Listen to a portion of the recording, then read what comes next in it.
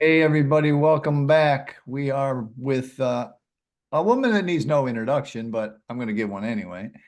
Bitten Jonsson, who has been we're a brother and sister from another mother here because our sobriety dates are like months apart, literally. And our involvement in the sugar reduction world is similar in the 3 decade range. But people always ask me, why do I have Bitten, Joan, Iflin, and Vera Tarman back every year? And Dr. Lustig usually sometimes, because they know what they're talking about, gang. And the other folks, I love them all. But this addiction piece, which Bitten and I have kind of pre-talked about, that we're going to talk about, is so important that people just don't understand it. Bitten is a registered nurse with extensive training and personal lived experience with addiction medicine. Okay.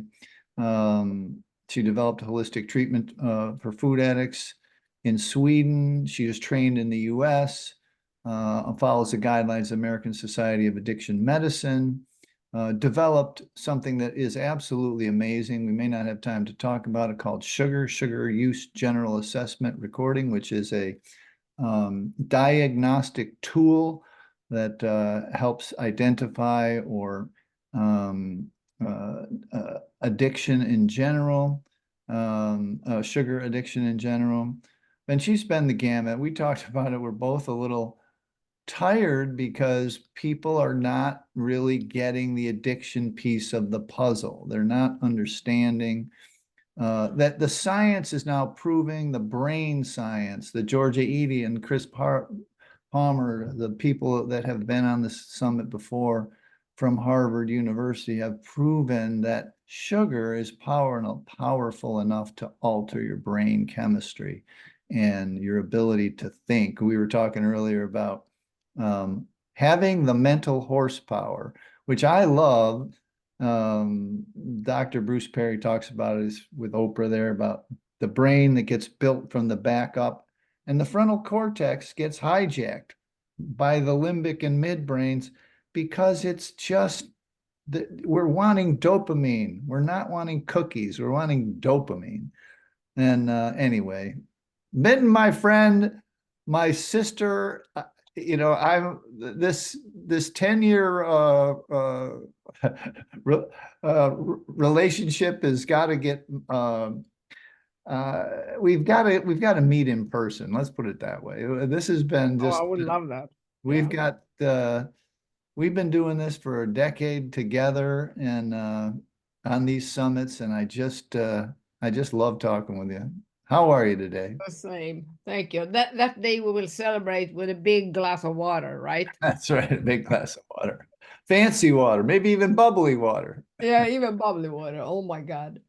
Well, I'm doing fine. I chug along here, and you really hit the nail when you say that the hard part is to understand the addiction piece, Yeah. what that is all about. And I remember learning many, many years ago how the prefrontal cortex is not only hijacked, it's hampered in its development, and it is Mm. rewired in a faulty way. So it Uh, doesn't really work. So that's one thing that happens. And that's why we don't understand addiction. So that's one piece, Mike, that addiction is very difficult to understand, especially if you are active in, any of the outlets, many outlets that we have, mhm. sugar, alcohol, pills, whatever. We Yeah. can mention gambling, blah, blah, blah. But anyway, so, and I thought about what you said about dopamine. There's a lot of talk about dopamine, dopamine, dopamine. I like to point out that it's not only about dopamine. Dopamine is the conductor in the neurotransmitter symphony, as I call it. Yeah. So it is sort of, sensing the signal coming in. But I think it is very limiting to talk about dopamine, and it's easy maybe for people to understand, but it also puts the wrong picture on it, because when you're going to start healing it, you can't just work on the dopamine. You have to work on beta endorphins, you have to work on serotonin, you have to work on GABA, gamma aminobutyric acid, and noradrenaline, the adrenaline. You know, there's a whole, and this picture, I have a picture of this symphony orchestra, which, you know, dopamine is the conductor of, in my book, upcoming book, Sugar Bomb in Your Brain. I have a beautiful picture that I got from Professor Jürgen Engels, one of my mentors early on. He, by the way, taught me why, you know, when I quit chocolate, you know, I understood that I should quit chocolatey stuff because it was sugar in it, right? Right, And then I thought maybe I could eat the cocoa, only the powder. That's only a true addict would think in that way. It right. tastes horrible. I mean, you know, put that in that powder in your mouth and you're like, wow. I mean, and I spoke to him about it, and he told me that, you know why you had that incredible craving to eat that powder? And I Hmm. said, no, because it's amandamide in it, which is, you know, a substance that acts as a drug. So it's not only the sugar and the fat and the cocoa, it's Yeah. more into it. And it also contains other theobromine and all other things. So chocolate is the ultimate drug. And of course, that's the one I loved. But, you know, I learned a lot from him. But he taught me about the symphony orchestra.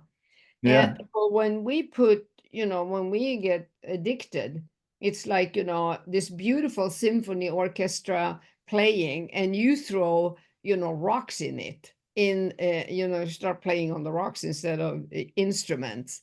That's what's happening. So I think it is very important to bring that picture back and not only limit it to dopamine. Oh no, look, I should clarify, gang. When I talk about dopamine, I do mean the only reason I use the term dopamine is because I mean everything you mentioned. GABA. I even got it down pat. Serotonin, oxytocin, norepinephrine, GABA, cannabinoid Acetylcholine, receptors. yeah, oh, so Just many. Yeah. everything is affected. And I'm Yes. so interested in your line, the brain is rewired in a faulty way. Mhm. I've been getting kind of strong on this. I've been telling people, um, you are not capable at this place in your life to make the decisions needed to get well. And they get a little taken back. And I said, Good saying. Good, Mike. yeah. Great. And I tell them, look, like, how do you know this? Like, how would you know this? How do you know me? You don't know me. You don't know what my brain's like. I know it because the people who get 6 months or a year come back to me and say, I was not in no shape to make any decisions. I'm Right. so glad that you pushed me, kind of thing, right? And Mhm. I got my abstinence. My brain is healed, you Mhm. know, And the because whole brain gets hampered. yeah, The limbic system, I mean, you get negative, faulty negative thoughts, faulty right. negative feelings. I mean, you get these weird urges, impulses, and Yeah, these weird behavior. So it's also affecting the neocortex, your, you know, higher self and, you know, intellectual part. yes, You know, and that you could just tell people, how many times have you decided not to use sugar in the morning next day? I'm yeah, going to quit tonight. I'm going to eat this and then I quit. How many times do you break that? right. Which I mean, means you can't make higher, you know, decisions. So, I'm 20% bitten of the people that I talk to about coaching are crying. Okay, yeah, they're yeah. actually they've never told another human being, and they think that I'm judging them because they think I've never heard this story, where Oh, they threw yeah, the yeah, cake in the yeah, garbage, they poured dishwashing liquid over it, then yeah. they came back an hour later and cut the dishwashing liquid part off and ate the rest of the cake, and they I've think, done that. I've yeah, done that. yeah, I mean, stories like that, right? Yeah, I They know. think I've never heard it, right? Yeah, yeah. Then 6 or 8 months later, a year later, they're like, I can't believe that I actually made decisions in my life like that. Right. They're like, so they're, people ask me, how do you know? I said, I know because hundreds of people have told me they've done it before and now they've changed because they can't imagine themselves doing it. You know what I mean? It's just, But you know, once you learn about addiction, you learn how cunning, baffling, and powerful this illness is. right, And I used to call it it camouflages itself. So it, you know, if you knock it down in one part of your life in one specific behavior, it's going to pop up in the new one.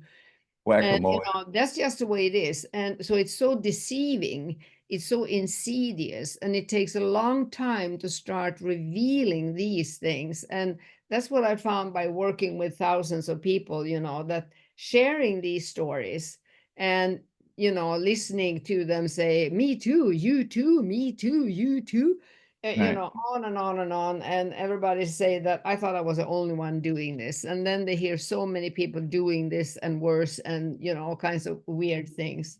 right. And that's how you reveal the power of the addictive personality, the addictive self, that part of you, which I call the red dog, for simplicity for my clients. We give it a name. It's like its own entity. It's Yeah, not, you are not your illness, for God's sake. You have to understand that. You do have all the good powers too, but they are dormant, you know. And once I made this picture to a group of patients I work with, that your true self, or your blue dog, as we say, your healthy part that can make good decisions and all that, was like a child that was lost in the jungle and went into a cave to hide and be safe. But, you know, it was a big red dragon outside mm, guarding it and not letting it out.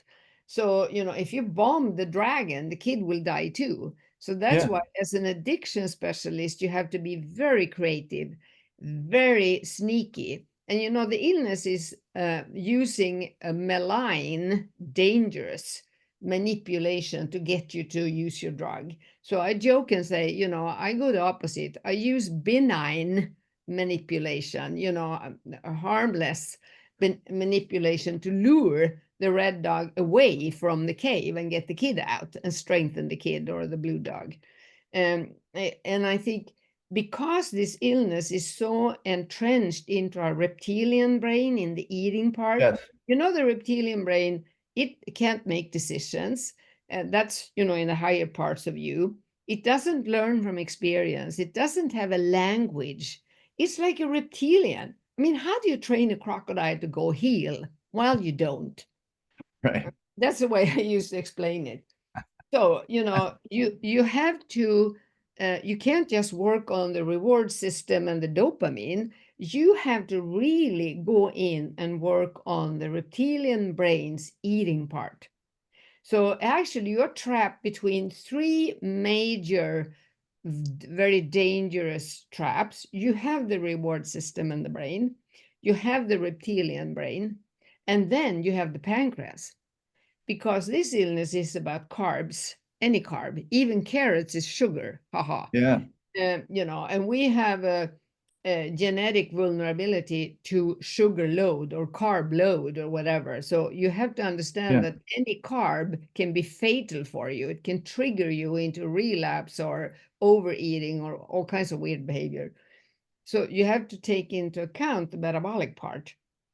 So once you know you pump in carbs, you know, not only affecting the brain and the reptilian, going to scream, eat or you die, like a mad idiot.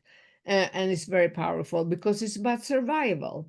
And then you have the pancreas pumping out insulin, which of course will, you know, press all the glucose in your brain and in your blood vessels into the cells, making you sick and fat.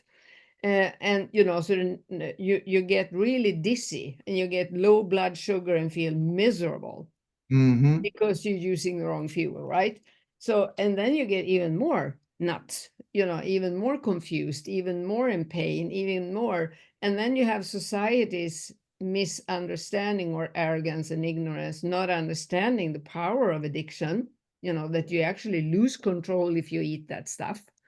You know, so now you feel like the worst person on earth. And you know, the stigma of us that are addicts, you know, because people think you should be able to control it. Of course you can't. Yeah. You know, they don't understand this part, and they don't understand those three systems working together strengthening each other all the time, around and around, around and around, until you are so confused, so dizzy. And you get all these experts that doesn't know what addiction is all about, that Yeah. start telling you, why don't you eat this, and why don't you try this, and blah blah blah blah. Yeah. So no wonder people are depleted on energy, and no wonder they are confused, and no wonder they jump from one food plan to the next food plan, desperate. And also, the red dog is constantly telling them, don't quit these things. Their So limbic you brain is. constantly, even if it's going to kill you, you constantly have this voice in here saying, yeah, I do anything you tell me, but I can't quit all of it. I gotta Mm, have this left. And right. one bite of this left is going to trigger the whole thing again. Right. That is very hard for many people, especially many in nutritional field, that they think they know energy in, energy out, and not caring about what type of energy or what type of food. Right. Uh, so, I What do you think mean, of what do you think about people downplaying the strength, power of sugar, not equating it to a drug or alcohol? They know their brother-in-law's got the alcohol problem, their nephew's got the drug problem, but they don't have a problem. One of the things that I haven't heard a lot about lately is what was a lot when you and I were coming up was this illusion of control. I mean, better known as denial, but this illusion that you have this under control. You feel like you have this under control. And, sugar is seemingly innocuous. You can give it to a baby. No one's going to, arrest you or anything. How do we break through that denial? How do we get the message to the people who are listening now and the people, that we work with? How do we, is there a way to easily break through that illusion of control, that denial?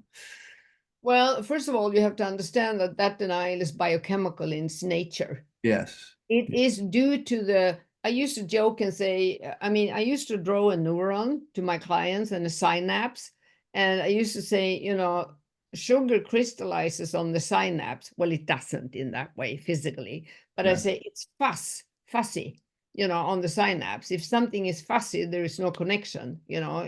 It's like electrical cords. You put fuss cotton or something in your electrical outlet. Of course, it's not going to work. It might start burning even. So that's one thing we have to understand. But I think also something I need to go back to, which is something I have spoken about all these years. I have worked in the field of addiction, and I'm talking all outlets, all Yeah. kinds of outlets. Is that people have a very hard time accepting that something has a psychoactive effect on your brain. That's one thing. So what you have to start picking up here is to understand that people are biochemically unique. So I cannot compare myself to a normie or a natural eater, the kind of people. I was so lucky to the author, Pia, the medical journalist that wrote the Swedish book with me. She was one of those natural eaters. I mean, her biochemistry, she didn't like sweets. She didn't like cakes and cookies. If she got somebody gave her a bit, she took one bite and put it away. She liked food naturally. She did not react to it. Nothing happened in her brain when she took a piece of chocolate. Right. And then you have the harmful eaters. Those are, the ones that you could call eating disorder, or they are eating or not eating or whatever. They mess around with food for some reason. Usually the biggest culprit is stress. One is actually no knowledge. They don't know that, food is fuel in your brain and your body. I mean, you Mm. can't put water in the car, it's not going to work. So they are on that level, but they are also not addicts. They can eat in moderation, and they are a group that we have to understand and address too. And they get negative consequences, like they can get diabetes, inflammation, overweight, all kinds of stuff. But if you really know addiction and you do an interview with them or do the sugar instrument, you can see this is not an addict. Then you go ahead with them and say, why do you eat like this? When do you eat like this? It could Mm. be emotions, it could be stress, it could be all kinds of stuff. because nobody taught them. It could be, anything. It's in the culture. It's a culture eating. You have all Yeah. kinds of reason, but you can ask why. Then you have the addicts. That is, develops really early. But of course, it's like a pregnancy. You don't see it in the beginning because you don't get, a big stomach or any other signs, but Mm, you're still pregnant, right? So that's why I developed the sugar, so I can make sure that I know, is this a harmful user or is it an addict? hmm Because I don't treat guesswork and I don't work with normies or harmful eaters. That's mm. boring to me. Boring, boring, boring. I only work with addicts. Right.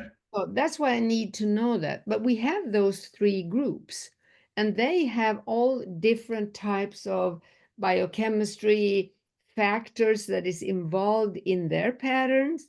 And you have to know what you're doing. I mean, compared to cancer, if you think, you might have some kind of cancer, there's something really weird going on with your body. What do? You go to the doctor. Do you say to the doctor, I think I might have cancer? And they say to you, yeah, maybe we should, try this chemotherapy, or maybe we should just do a little bit of surgery on you. No way. You know what's going to happen? And this is beautiful how it works. They would really x-ray you. They would take biopsies. They would take blood works. They would, today we know that cancer is not one illness, it's many different illnesses with Right. all kinds of different treatments. So they would really, really examine you deep, deep down to see what is going on before we would try to treat you, right? Yes. That's what we need to do with people with food problems. We Okay. have to be that, knowledgeable and understand, because I don't think it would be dangerous to take a harmful eater and treat it like, an addict. Nothing, it couldn't harm them, not Right. at all. But if you take an addict and treat them as a harmful eater, and suggest one thing after the other, one diet after the other, one method, one therapy, one blah, blah, blah, blah, blah, that Mm, could be incredibly dangerous. They could develop more and more consequences. They'd be sicker and sicker and sicker, and time will go until their brain is so foggy that they know nothing. mm, This is the dangerous part. That's why it's important that if you're going to work with addiction, you have to learn what addiction really is in the core. And you yeah. have to understand how to know, is it a harmful use or is it addiction? Right. Because you would actually do a very, very big disservice to your clients if you mess around with an addict's food plan. You Mm, prolong their illness, you deepen their consequences, you actually fool them. You give them false hope. And that is not good, Mike. That's what I see all the time that people are doing. Don't give them false hope. mm, You know, Even if it is brutal to tell somebody, hey, you have developed addiction. This is a serious, serious, and complex and confusing illness. But if you want to be healthy, if you want to have a good life, this is the way you got to go. And they might tell you, no, I don't want to quit eating this. And you said, fine, come back to me when you're ready. I don't scratch on ice. I don't mess with people. If right. you're not an addict, bye. So you mentioned it earlier before we came on about two different camps, and you touched on it here. Is there a way that you can help people identify? I don't want to call them charlatans, but I want to call them people who are providing a one fits all kind of thing. How can they protect themselves against the $78 billion diet industry?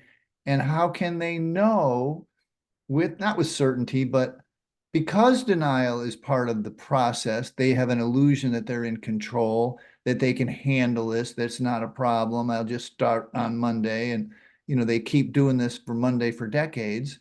How do we help them identify what they have? I mean, short of taking the sugar with you or having an intake call with me, like, how do you help the people identify if they're really like addiction is the issue? Very few people can stand up and say, I'm an addict, I need help, whether it's drugs, alcohol, sugar. how do we get them over that denial, that illusion of control? How do we protect them from people who would, and I don't think the people who are selling fitness programs and food programs and emotional eating programs and all this other crap, I don't think they're bad people. I just don't think they're addicts. And I don't think they've ever dealt with addicts. They're not addicts themselves, so they don't have a frame of reference for what you're talking about. So how do you help Oh, people make the yeah, but if decision? 100 people with food problem come to you and you would say, like I do, I only work with addiction, maybe two would stick to me out Right, of 100. So I know I'm going to lose 98 of them, right? And many of right. them are probably addicts, but they don't want to be addicts yet. They're not ready. Yeah, So first of all, you have to be true to your own self, yeah, true to your own self. That's one thing as a professional. yeah. And then you have to have the knowledge. Haha. Right. But um, and I think, as you said, I don't think that those people that think they work with food addiction without even not understanding what addiction means, they can't even spell it. I don't Right. think they are bad people in any way, shape, or form.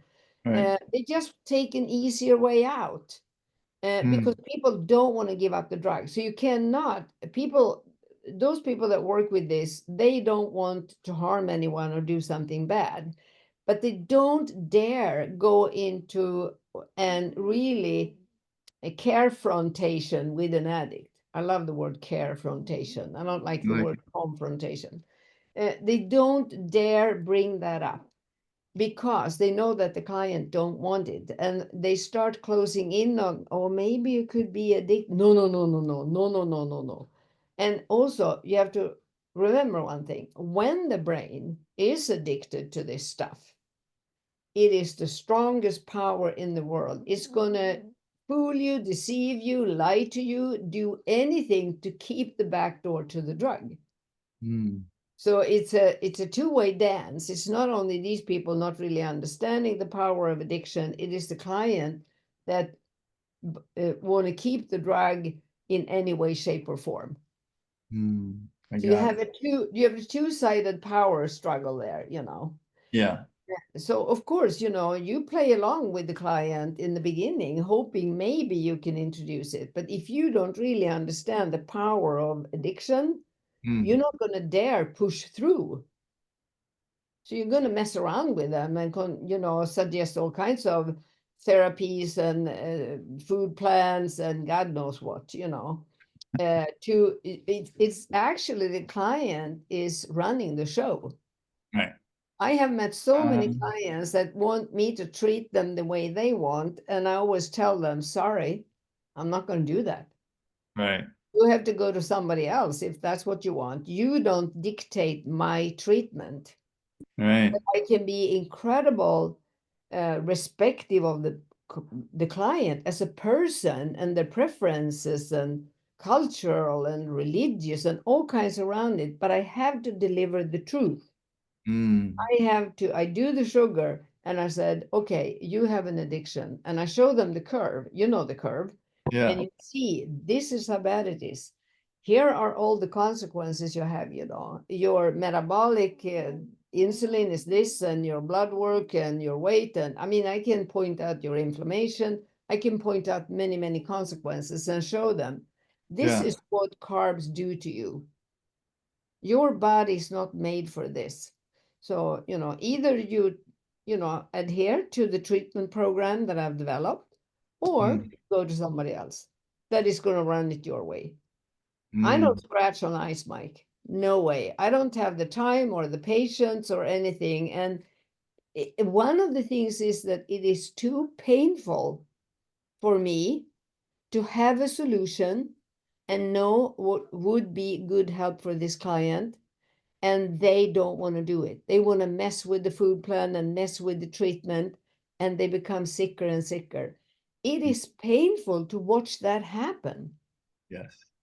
I feel miserable. I cannot play Yeah. with that. So, no, I'm not doing I, it. I tell I'm the client, I don't scratch on ice. That's it. I'm so happy you said it this way. I think people would think the same in drugs and alcohol. It's so It's the painful same to thing. It's the watch. same thing. Yeah. If you have the inherited vulnerability to carbs, Yeah.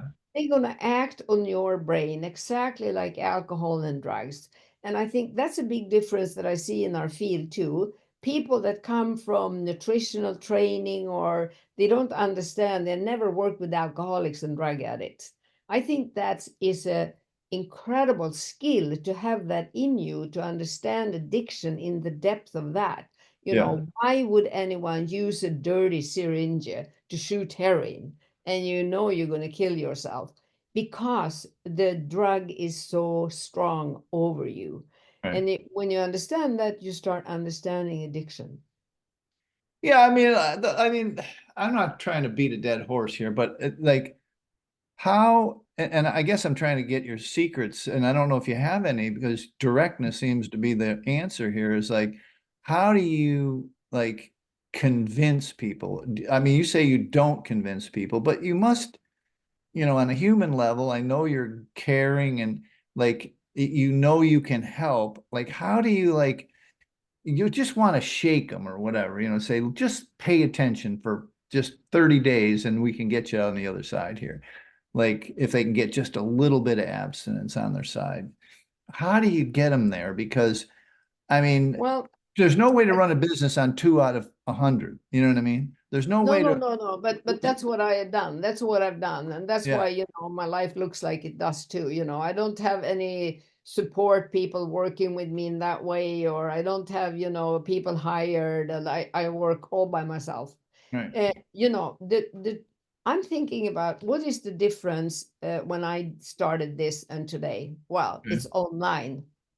Mm, Can't get into people's head online the way I used to do. Because you know what I did? Had 1 week between 4 to 7 days live groups okay. here in Sweden. I Yeah. went to a place, like a bed and breakfast or somewhere they had a kitchen and rooms. Yeah. I locked people in with me. I And, like I to lock them started in. lecturing. Yeah, I started lecturing at 8 a.m. And I finished late at night, and I had the group with me all day. And I am very good at it's like you have to learn. It's like if you're going to ride one horse, if you have 20 horses and a big carry, I can run 20 horses at the same time.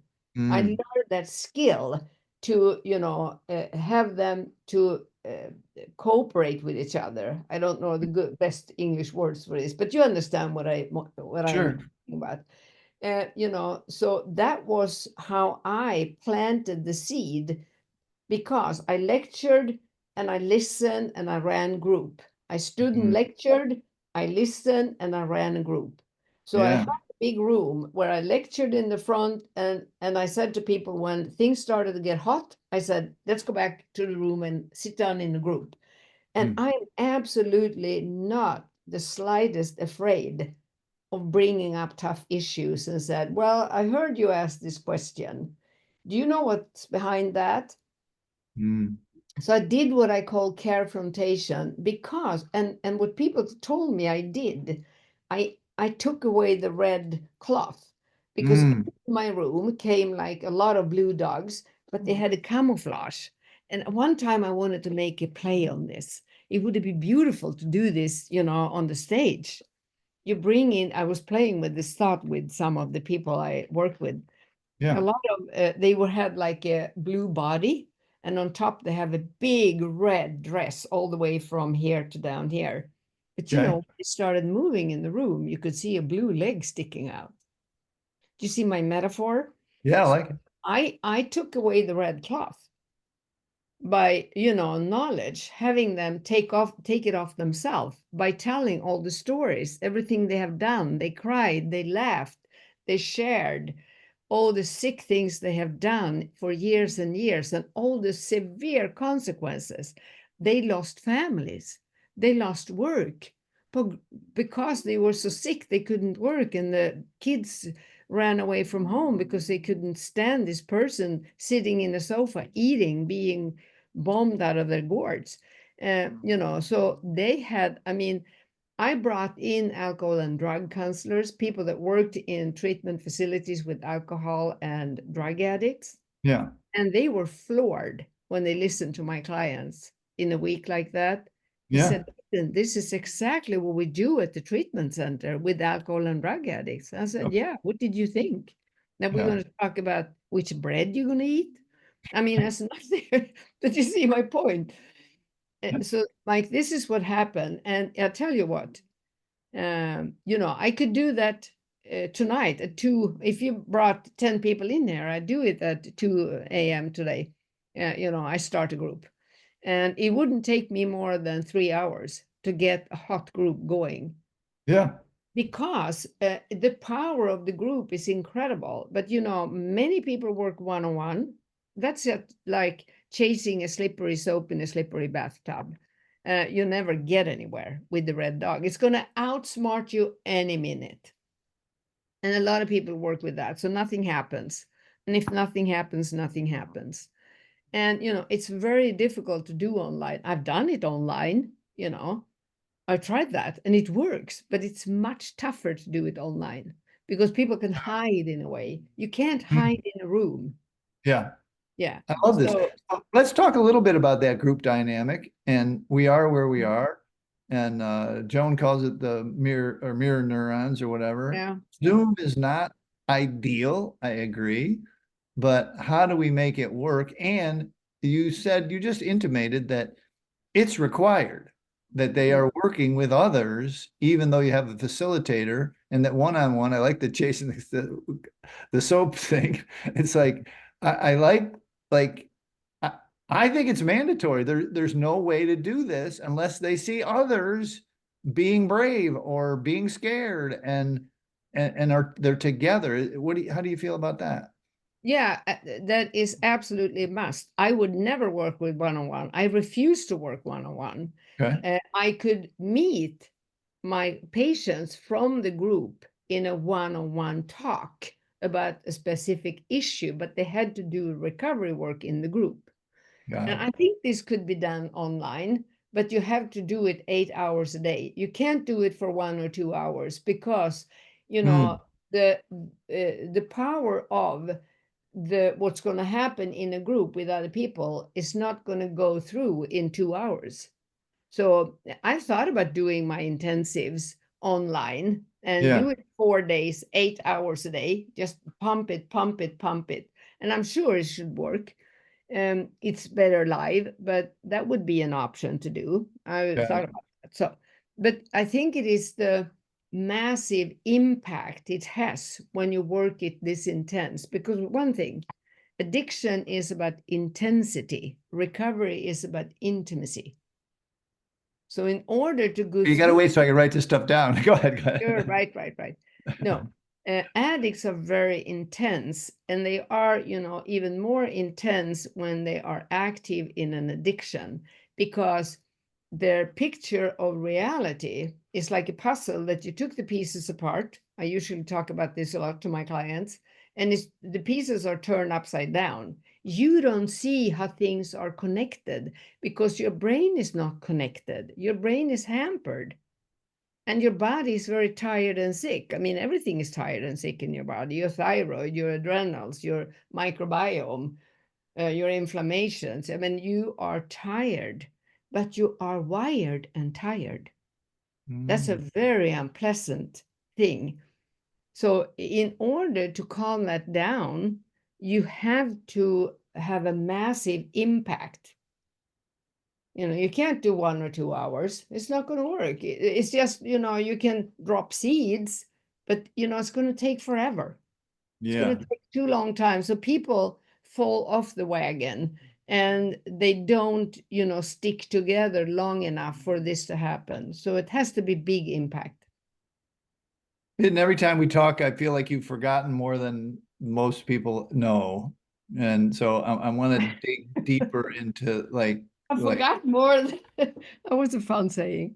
yeah, no, Yeah. I do. I believe that, that there needs to be someone following you around for the next year at least, or 2 years or whatever. Your book will help. I'm excited for that.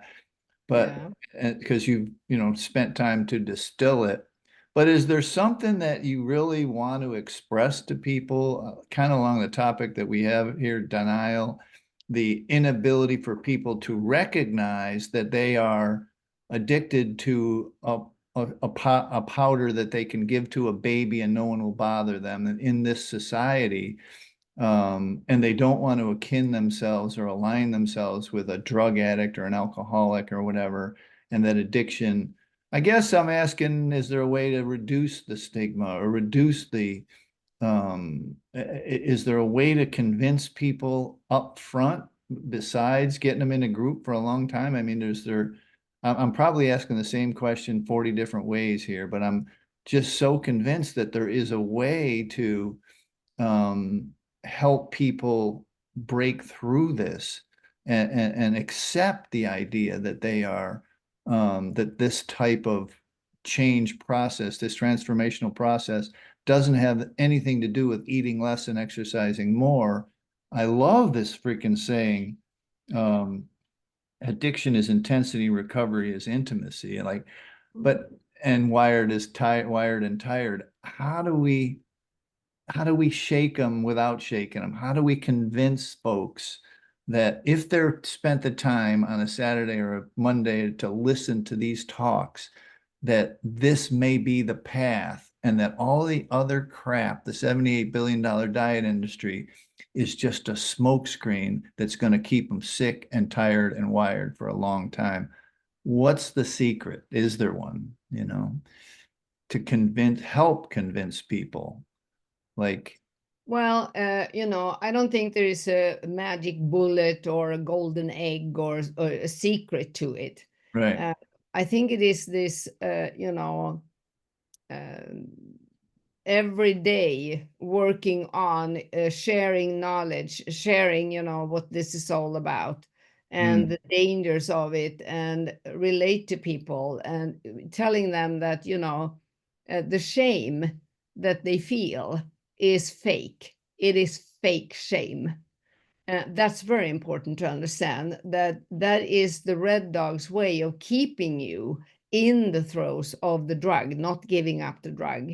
So that is one thing that they have to understand. And that, there are so many people out there that if you want to give up the drug, you have at least 20 people around you that's going to try to stop you from doing that because they don't want to give up the drug. right. So there's a massive thing telling you that you're not this sick, or, sugar. And I thought about one thing you said too about sugar, the powder. It's not a powder. It's, carbs. It's in potatoes, in rice, in everything. People have Mm. to start understanding how our 50,000-year-old genes work. You can't put water in a car. You will be sick one day or another. I mean, you have to start. So it's not only taking away stuff. It is very important to understand, what do I give my body? And that, Mm. food is the most important health factor ever. It beats supplements, it beats therapy, it beats, anything, exercise, it beats everything. If you don't have the food, what you give your body and your brain, if that is not in order, nothing else going to work. You can't So, keep eating the junk and then, think that you can exercise or, go to therapy or eat this supplement or blah, blah, blah, blah, whatever tool. It's not going to work. You have to start eating the right food. okay, let's go through the sacrilegious. I heard you talking with Florence the other day about vegetarianism and your inability, or you're not working with vegetarians and along Vegans. I'm not working with vegans. vegans. Okay. Um, I can work with vegetarians for a while and, see how they work on, then they have to eat fish and eggs. okay. Gotcha. Mm. Mm. Gotcha. And that is because of the 50 of the actual water in the car thing. They're just not fueling themselves in the No, right. no, no, no. Our brain absolutely must have animal fat and animal protein. There is no doubt. Right. No doubt. Got it. Got So it. that's not negotiable with me. I love Have that. a steak. Have a steak. I love it. I love it. I found the same thing. I really have. I've found, at the early days, I didn't And you want know, to. yeah, I've never been into being a vegan. I grew up in the country. We ate, meat, we ate fish, we ate eggs, we ate the real food. Right. And when I started working with people, I didn't know a lot about vegans and the malnutrition they have. But Mm, it was like working with anorexics. They also have one of the hardest denial ever.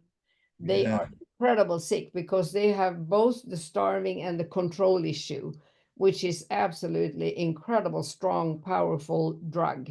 They are Mm, drugs.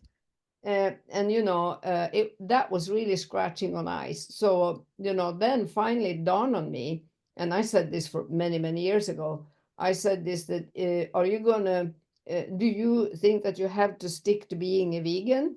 Yeah, okay, then I can't work with you, because you have an illness where your brain and body reacts to carbs. Vegan food is only carbs. How do you think that's going to work? right. Not going to work. Yeah. So, I'm not going to work with you unless you change food. And some did and became healthy. And the ones that didn't, I don't know where they went. They weren't in my sphere anyway.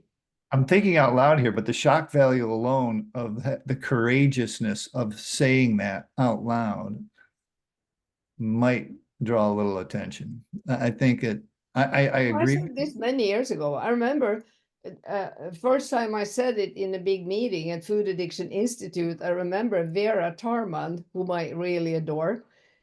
She just said, "What? What did you say?" She was shocked. So it's Yeah. many years ago since I said that. Well, people are shocked, and I've said the same thing to people, close friends too, that People still don't understand that. yeah, no, they don't. Well, I mean, your understanding of the denial of the sentient being, this anorexic like a draw to this quote unquote lifestyle seems to be too strong. It's like they can't think of Well, someone with I a tell you face. what, carb addiction, I think, is the strongest addiction we have. And Right. that's for many reasons. One is that it's so early exposure. We get it into our body so early. Yeah. That's one thing. And the second thing is that it's available everywhere. It is, we are exposed to it everywhere you go, in every shape and form.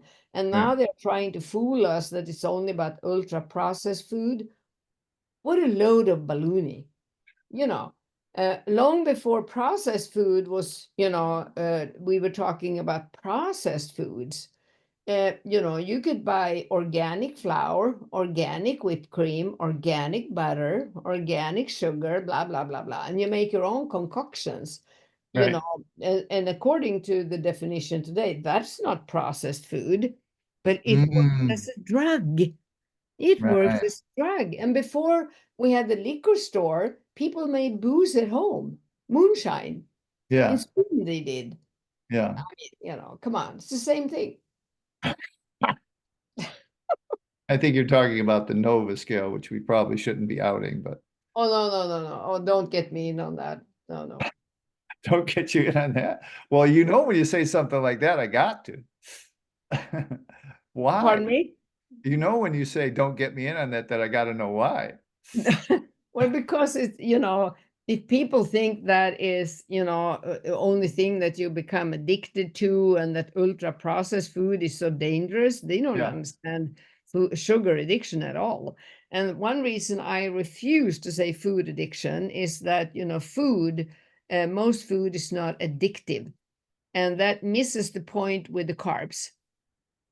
So that's why I say sugars with an S in the end. And I Yeah. always give the whole explanation: sweeteners, sugars of every kind, every flour, every processed food, every ultra processed food. And you can make your own drug Yeah. at home. Yeah. So I that's love very it. important to understand. So it's not only white sugar in a bag. Oh, gotcha. And It's so, carbs. like, by the same token, what is your feeling or thought process on the term, which is huge now? And I don't want to call people misinformed or whatever on of the topic emotional eating. What do you Oh, it's Okay. not new, Mike. It's not new. It's not new. That's been all around for many, many, many years. Okay. And that's because of the limited science and understanding we had about this, because people thought that they ate because they were miserable, right? Okay. But if you are trained in the medical addiction medicine like I am, you know, withdrawal, hangover, that's like, getting drunk on alcohol. And the next day, when you're hangover and you have chemical anxiety from the alcohol, you Yeah. said, "Oh, I need to drink more because I have chemical anxiety." It's the Yeah. same thing. So, I think a lot of those, like emotional eating and a lot of the negative consequences, is the volatile blood sugar that I teach everybody that comes into my sphere, whether you want it or not. That is, I think that it is withdrawal. It is the brain low on blood sugar going into anything from irritation, tired, down to suicidal thoughts. There's a Mm. whole array of symptoms. Yeah. So you eat on the feelings caused by the drug. Mm. So it's a chicken and the egg thing. Like you're really feeling emotional, depressed, whatever, because you're in withdrawals. Yeah, and because you take a drug. And because you're depleted your dopamine, you're downregulated dopamine. Yes, yes, yes. And you have a broken microbiome. And I mean, we could go on all the consequences, but Right. that is the point. It's Yeah. not like you wake up one morning and now I'm depressed and have emotional problems. So that's why I'm going to start being a sugar addict tonight. That's not the way it works. Okay. This is you and I diverge just to this of the all of the things we've talked about, we're always like 99% in agreement. But I do believe that there is a training as people grow, as children, they grow and they learn to soothe themselves with sugar. And it's only a short-term fix. And then they have to do it again, right? And Well, then of course, but it's like bonding. You bond with the drug. Of course, that's a power, a test of everything. It is yeah, like, falling in love, bonding. yeah, yes, Yes, yeah. So, but there is no way we could take adults or even children and go back to the first time they started introducing this psychoactive substance into their food, yes, into their lives, and know exactly were you miserable before or not. So it's not that you have to disregard the feelings, but you have to remember one more thing. okay. It is a lot of talk about feelings, but there is a lot of forgetfulness about the thoughts that create the feelings, that create the impulse to eat, that create the behavior. It's an important chain to work with: thoughts, feelings, urges, actions. Mm, So you have to understand each part of these. What are the thoughts behind, and when you ask people when they feel miserable and they want to eat drug, and you ask them, what were you thinking? They said, I wasn't thinking. Of course they were, but they don't register. yeah, they're not tying one and they're not tying them together at all. No, they don't. But it is like that. Every feeling is run. There's a thought creating a feeling, creating an impulse to eat, for instance. you know Mm, and the power of the red dog is to create miserable thoughts, feelings, urges so that you eat. mm, mm, But of course, every thought, every behavior is pathways in your brain. So if you are living in an environment that you have traumas, that you have psychological abuse, or that you are neglected and all that, that's going to be even worse when you have a mm, drug into the brain, because your drug cannot handle that. It can't process it. It can't grow, and you get mm, all these deficiencies that makes your power is so low that of course you need all kinds of therapy. The problem is, as I see it many times, is that biochemical repair is the missing piece before you start any therapy. Yeah. So it's not that you're not gonna work with that, but you know, again, I come back to what I said in the beginning. If you don't have any energy, if your mitochondria is shut, you know, there's absolutely no humpha in your cells. You know, it is very hard to get any therapy done and get you to connect these dots, thoughts, feelings, urges, actions. So that's why you have to restore the body and the brain first. You have to repair it and create, you know, safe routines, safe days. Then you can start dealing with if you had traumas in your life or what's left of them, or the PTSD or the anxiety. The amazing thing is that when we work with biochemical repair, a lot of that disappears. A Mm. lot of the symptoms are so minimized. I mean, Georgia talks about this, and you know, Christopher Palmer talks about this. A lot of people talks about this, and I know that from, you know, when I started working with this 92, I saw people literally lit up when we took away the drug. The energy come back in their eyes, and they start Yeah. living their life and doing good things, and in that way creating new pathways Right. that overrun the old ones. So you have a book coming out. Before you Uh-huh. tell us about it, I want you to tell us about it. Um, how in God's name did you distill what I would like? I got till the top of the hour with 45 minutes, like Tim Ferriss and Joe Rogan, these guys, they talk for 2 hours. It's important that your message gets out. It's important that your experience gets out.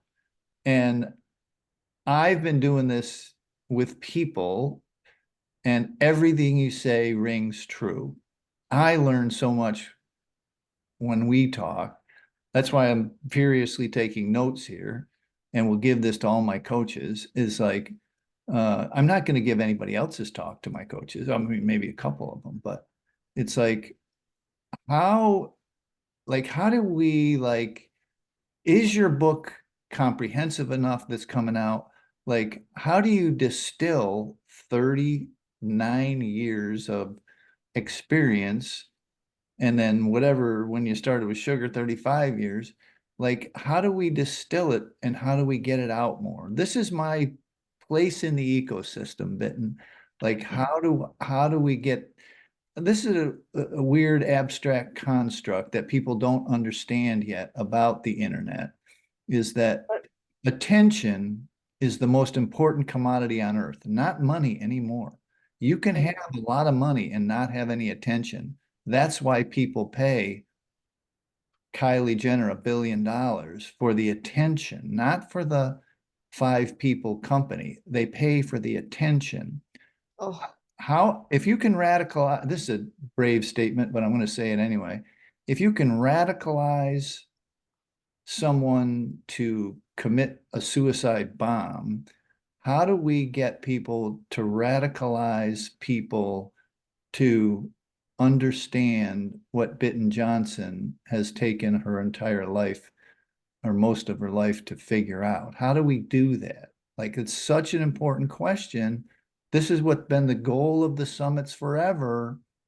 And, in my work, like, how do we do that? How do we do it? And have you distilled it all in the book? And do you have any other ideas that we can run, that I can help you with? well, I think I've distilled it. I think, you know, it's that's why it's taken so long to get it into a book, you know, because it is so much to comprehend and distill. But one thing, um, I really don't radicalize people. I free Right. them. I free them. Okay. That's what I do. Yeah. I free them from the tyranny of the red dog. Okay. That's my goal. That's what I want them to see, that, you know, there is a nasty little enemy inside of you, but you're not your enemy. So that's one thing. But you know what the problem is? This is too simple.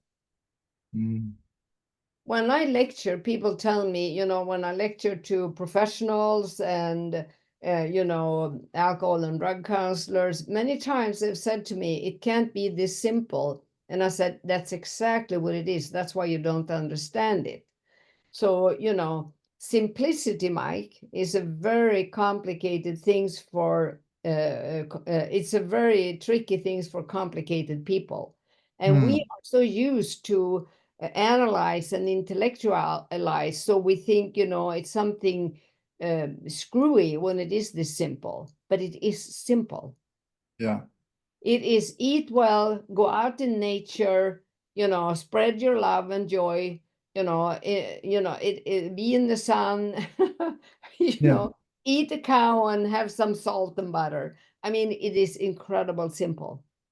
Mm.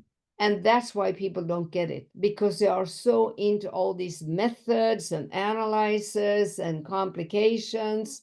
So, simplicity is very, very hard for a twisted mind to understand.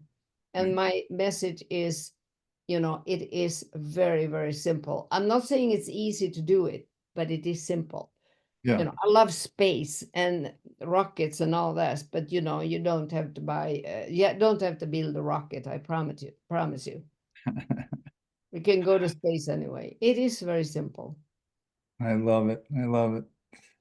Any launch date or publishing date on the book? When is it coming out? No, I don't dare do that because, as soon as I think, oh, I'm almost there, then I come up with something new. But, and that is my problem too, in a way, because it is so much. I have to cut down, I have to get rid of. That's one of the biggest problems I have right now. But the book is written for, and I've tested it on some people, is written for this person that might be listening now that suffer, that know that I have tried everything and I'm at the end of the rope and I don't know what to do. It Right. is the freedom for that person to understand what this is, that you are a victim of this, of the drug, of the society, of a lot of people that didn't know a clue what they needed to help you with. Hmm. The book is aimed for that person. And of course, it's wonderful if professionals that want to learn and understand how to help these people want to read it too. I hope so. Right. I think so anyway. But it is making a complicated thing very simple. That's my goal.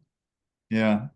Well, I mean, it's the whole thing is I would have wrote, sorry about the long letter. I would have wrote a short one if I had more time. Yeah. It's very difficult to distill what genuinely is rather complex into simple terms for a simple delivery, and so that people can easily follow it. It's harder. It is harder. So I know how hard you're working on that. So I can't wait till it comes out. But um, what else? Anything you want to leave us with? I mean, I'll talk. I know it's getting late there in Sweden, but I mean, I'll talk with you for the next 40 minutes till I have to do something else. But if you're, but I know you're busy, and I don't want to Well, monopolize all your I'm time. done for the day, so, I don't have a hurry to leave. But is there anything else you think that we talked about in the beginning? Uh, you know, uh, well, all I think about when I look out my window out on the world today is that people get sicker and sicker.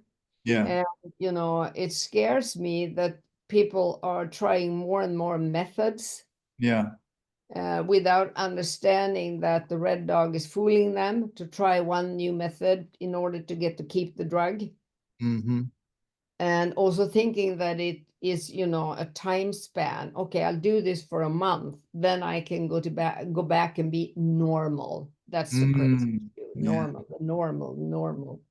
And that's hard because I see how they become sicker and sicker. And I have called myself a long time the last house on the street, and that's what I am. People come and they holler for me, they email me, they call me when they are very way down on the rope and they're very sick and it's almost impossible to get them up on the wagon because they right, are so sick, and that's very sad.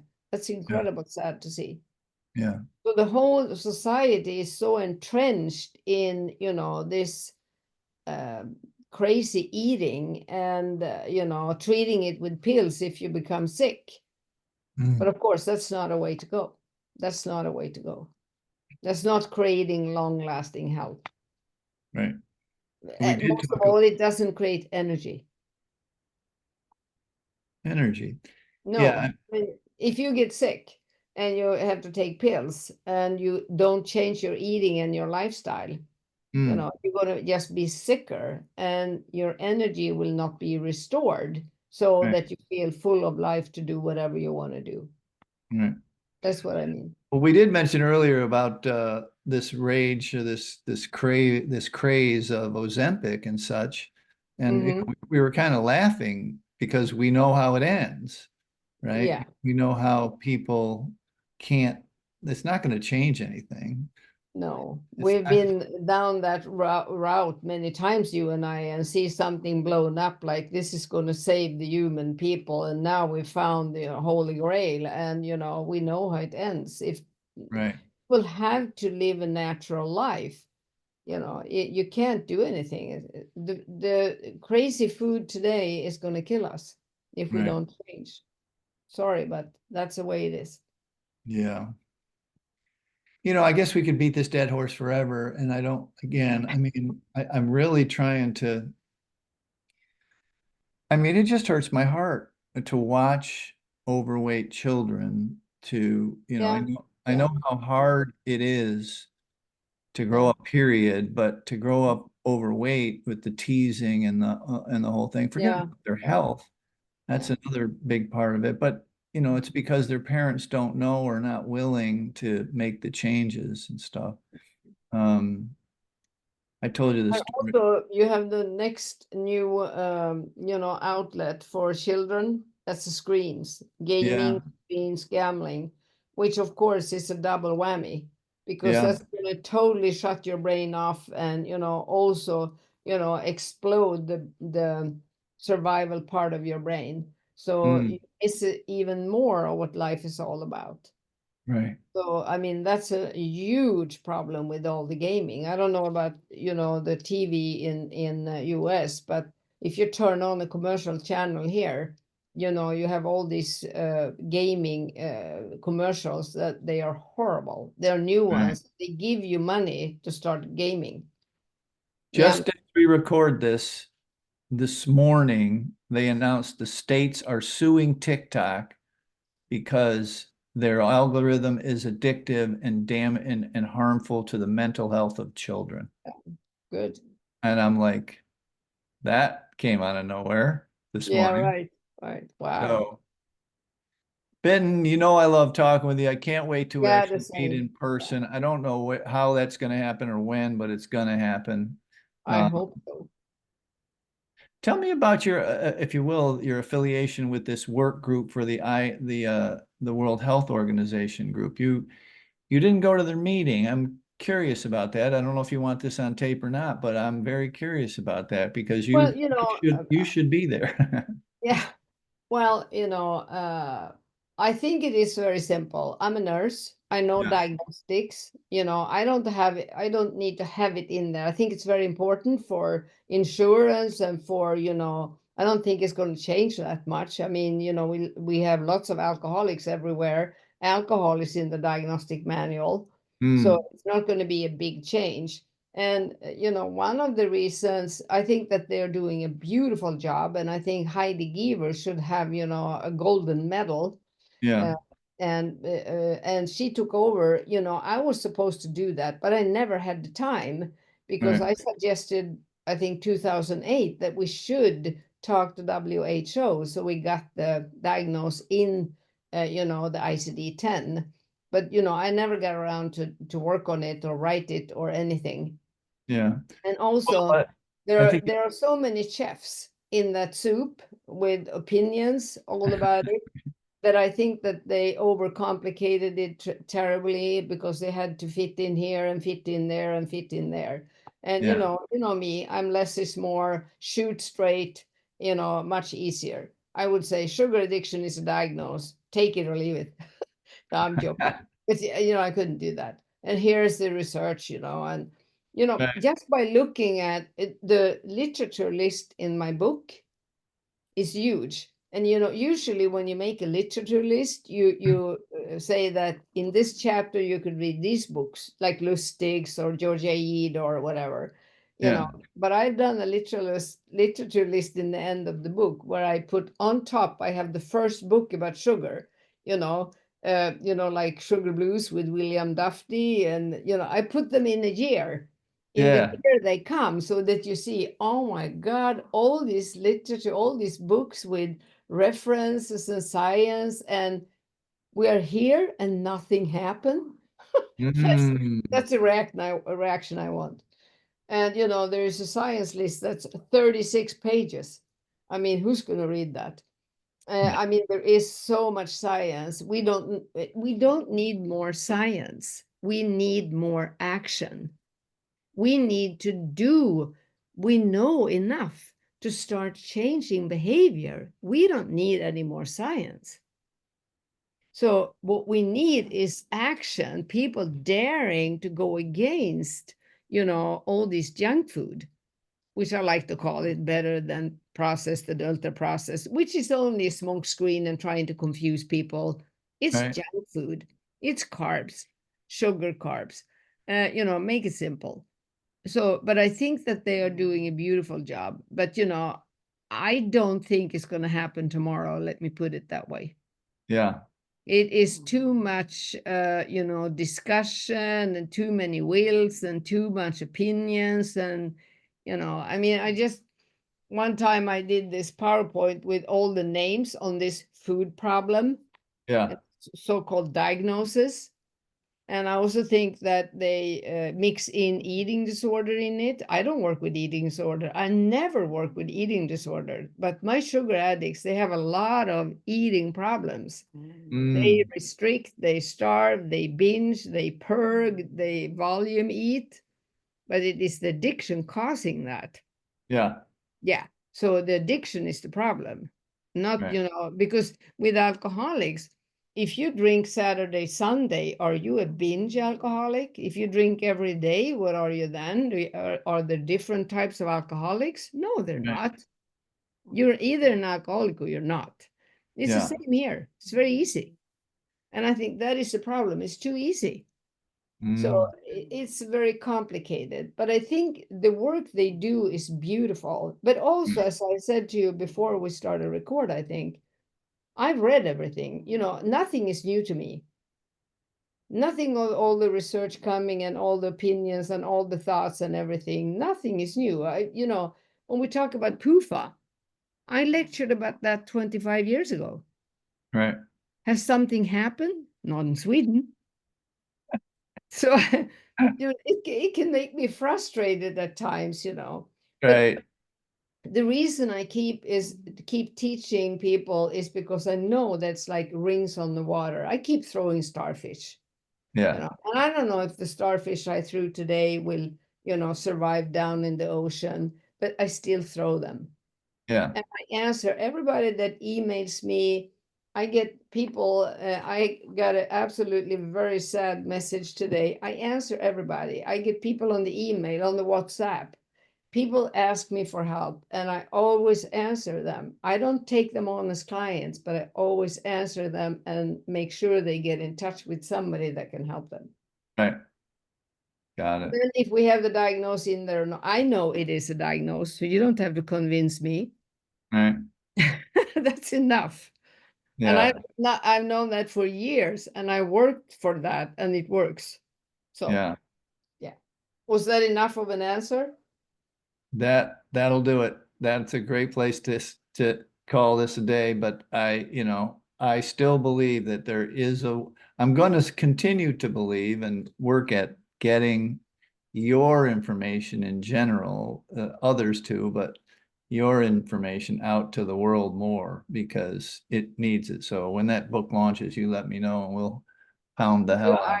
I'm gonna send you one right away, I promise you. Yeah. Dedicated to you and all the Thank work you. we have done. Yes, absolutely. I need it. I'll read it right in one night, I'm sure. But Okay. My friend, always a pleasure. Great. I just can't tell you how much our relationship over the years has meant. You know, you've helped me, and I'm hoping that we're helping you get this information out more, and Yeah. anything I Yeah, can and I do to get it appreciate out. you tremendously, you know that. And thank you for letting me rant and rave about my favorite topic, my mission, my passion. And no, hey, believe me, people need to hear it over and over and over again. And I don't, you know, everything you've said is like we are aligned with, and I don't understand why a lot of people can't see it. I just don't. I don't know. I just Well, it's the same with almost every outlet. If we were talking gambling tonight, we would have a lot of people jumping on us that there is no such thing as a gambling addiction. It's right. like, with the opioid crisis, you can't be addicted to opioids unless you're screwed up. Yeah. Not anything about the power of opioids on your brain. No, no, no. Mm, Anyone can be, addicted if you yeah. have vulnerability. So that's a way, that's a message we have to spread. It's not because you're broken or screwed up, you become addicted. You become addicted and then you became broken and screwed up. Such a hard battleship to turn around with Yeah, the I know. amount of sugar purveyors, the people that are selling this stuff, with Yeah, scientists trying to figure out how to get you more addicted. yeah, I know. I know. Anyway, all right, my Okay. friend, we'll talk real soon. Okay. You Yeah. have a wonderful evening over there. And you too. Have a good day. All right, Good luck with everything you do. And thank you very much. all right, bye bye. Bye.